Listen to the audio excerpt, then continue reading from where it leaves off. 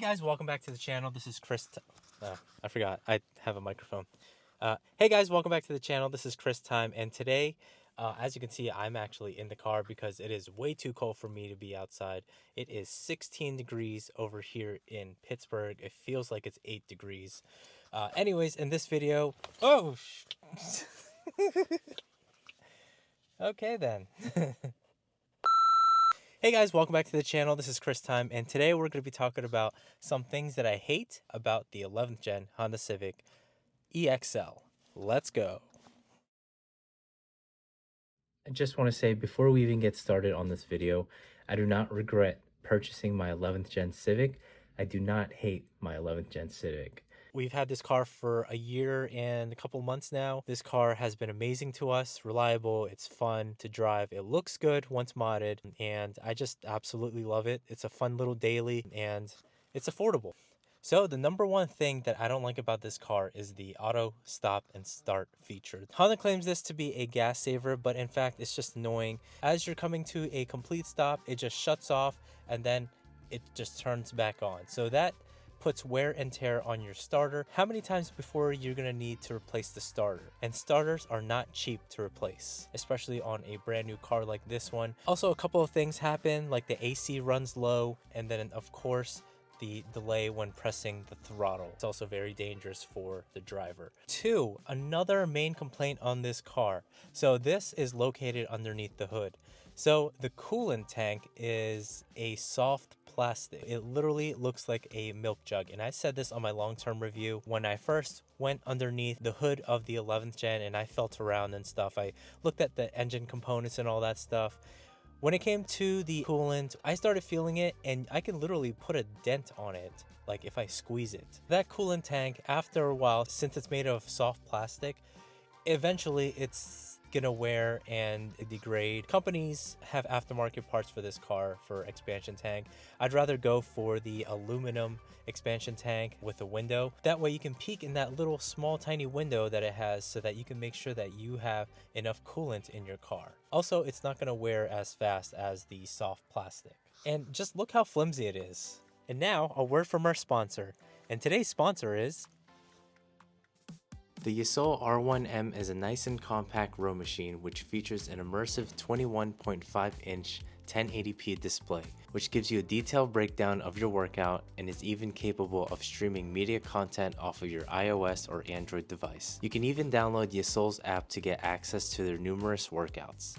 It also comes equipped with a speaker that allows you to play sounds from the display or via Bluetooth connection for a more immersive experience. This row machine is super lightweight, so you can move this around with ease. Its small form factor means you can fold this when not in use, making it no bigger than a punching bag. I had so much fun using this and even including this in my workout because of its ease of use and features just mentioned.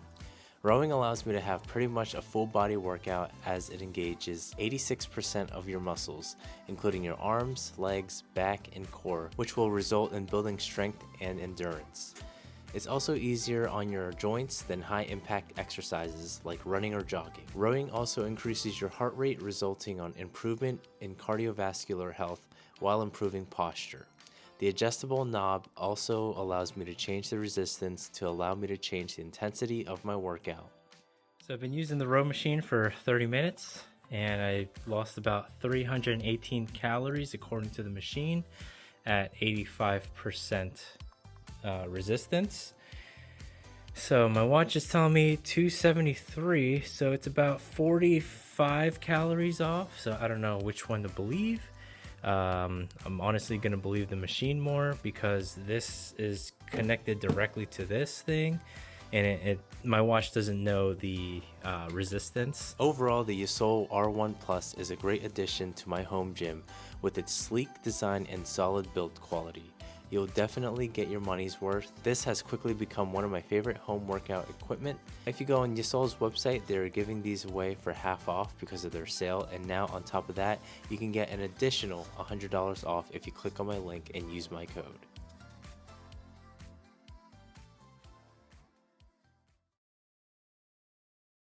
Number 3 is a creaky interior, and some of these panels are loose. The interior isn't as creaky or loose as let's say the 10th gen, because the 10th gen had an issue where a lot of the panels were very loose and you'd hear creaks and all that stuff all around the car.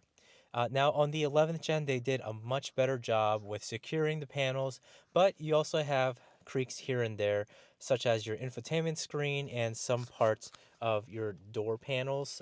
Of course, it doesn't want to creak when I'm making this video, but usually something here would creak. What the hell? It's not making the creaky noise anymore. I don't know what's going on, guys. This car isn't creaking.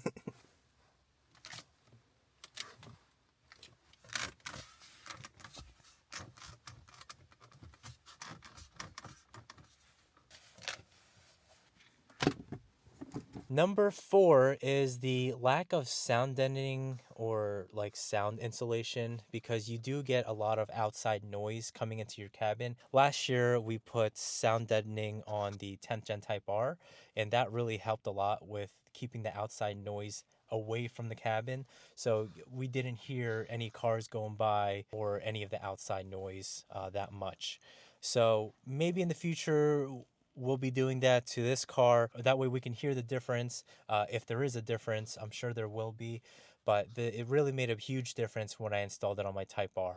Another dislike that I have on this car is that there's no temperature gauge. I know on the Sport Touring or whoever has that full digital gauge cluster, you guys have that temperature gauge, but for the EXL and below trim, you're not gonna get that. Temperature gauge is very important so that I'll know how warm my engine's at exactly, instead of just relying on a blue light that just turns off whenever the engine is warm. And I don't even know if the engine's warm enough once that light goes off. So who knows? Hopefully they put some sort of settings here in a future update, or maybe plug something in the OBD2 port and something that can read the engine temperature. So number 6 on my list is the infotainment screen on this car is pretty small. This car is pretty much a step below the top trim, which is the Sport Touring. This one still has the 7-inch infotainment screen and half digital gauge cluster. I would have loved for Honda to put a full digital display on the gauge cluster, or at least give us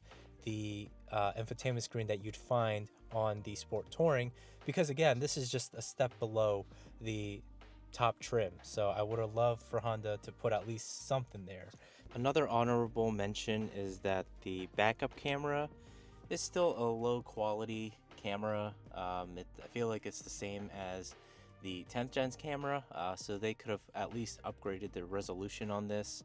Even on the Sport Touring, you're still going to get the same camera, same resolution. So it would have been nice to have a clearer backup camera, but like I said, it's whatever. That's why I only included this in my honorable mention.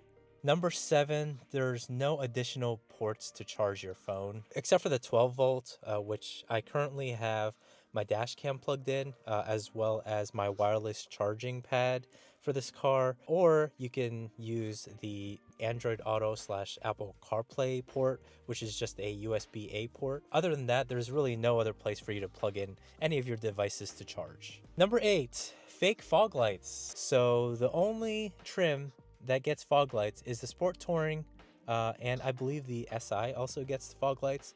But for the EXL, Sport, and the EX models, you're gonna get fake fog lights. So it would have been nice if they put real fog lights in, because I don't know, how much does it really cost for them to include the real fog lights instead of putting fake fog lights in? So that was kind of a disappointment. Looks like it had fog lights on, but it really doesn't. So that's maybe something that we can do in the future, put real actual fog lights on this car, because I would love to see fog lights. I like fog lights. Another thing, it's not on my list, but an honorable mention. We're taking a look at the engine bay of the 11th gen, and just look how dirty the engine bay is. I feel like more liquid is coming in here compared to the 10th gen, because look how dirty everything is. Especially if you look at the inlet pipe right here, as well as the engine itself. More air or more water is making its way inside because of all the space that we have here. This was never really an issue on the previous gen, but I noticed, like, I would clean this every 2 months or so, and then I would come back to watermarks everywhere, and it's just constantly needs to be cleaned. So number 9, a couple of things with the key fob, and for some reason it only happens on the 11th gen. I didn't really have this issue on the 10th gen. So the proximity sensor on the 11th gens kind of suck, because there are times where I'd walk away from the car, the doors would be shut, and like the car wouldn't lock. The key fob's in my pocket, and I'm pretty sure all my doors and everything is pretty much shut properly. So I don't know if it's my key fob that's the issue, but I've used both of my key fobs and I had the same issue. So I don't know if that's just on the 11th gens, but I never really had this issue on the 10th gens. Another dislike that I have with the key fob is, and this also happened on the previous gen, I don't know if this is like a US thing, but when you roll your windows down, you can roll it down with your key fob, but you can't roll it back up with your key fob. You physically have to go in your car and roll your windows up manually, or insert your key on the driver's side door and turn to the left, which doesn't make any sense, to be honest. Like, why have that feature to roll down your windows with just your key fob, but you can't roll your windows back up, which again doesn't make sense to me. Actually, I just tried using the key on the 11th gen to try to close the windows, and if you insert the key on your little keyhole on your handle, it does not close your windows. So on the 11th gen, you have to physically go into the car and close all the windows. My BMW also had this feature, and I couldn't roll my windows back up with my BMW. So I don't know if that's a US thing. I know people in Europe and other countries, you can roll your windows up, but like I said, I don't know if this is just a US thing. Last but not least is the wiper blades. So first of all, on cold days or snowy days like this, in order for you to put your wiper blades up, you'd have to physically move your blades up a little bit, and then you can put your blades up. But then when you start your car, then those wiper blades would come crashing down on your windshield, and then they'd go back to its position. That's only if you don't put it on maintenance mode, but which I always tend to do. I never put on maintenance mode. I just pull the wiper blades up and then I put them out like that when it's cold out. Even if you do like a remote start, it'll still make the windshield wipers crash down on your windshield, which again I don't like, because especially on cold days like this, there could be ice on your wiper blades, and like, I don't know, it could cause them to break or all that other stuff. Here's an example, guys, of me cleaning my windshield with these wiper blades.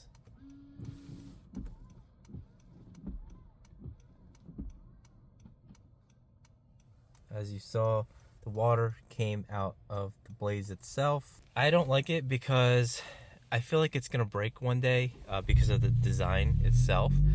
Because as you're wiping your windshield, what if there's ice, you know? Then the ice could then hit the nozzles and it'll cause this to malfunction.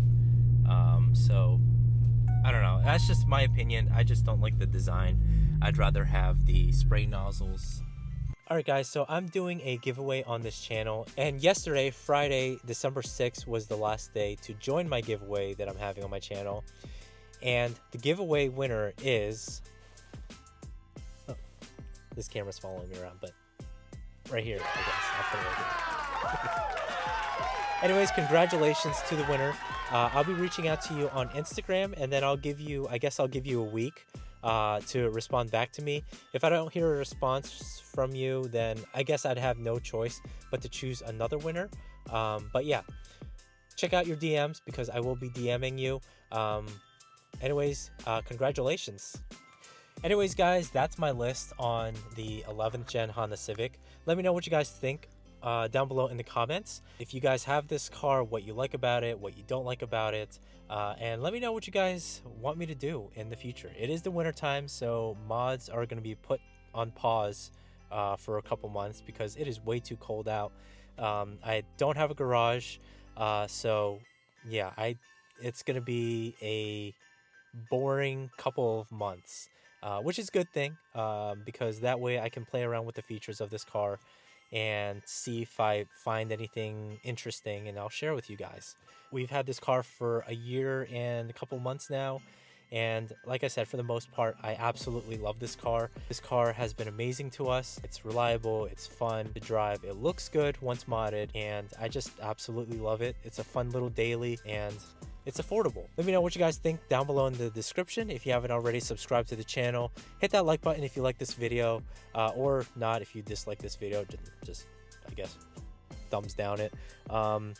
Yeah, I'll be making more videos of the 11th gen as well as my 10th gen Type R in the near future. Be sure to hit that subscribe button for more videos like this. Anyways, guys, thank you all for watching. This is Chris Time, and peace out.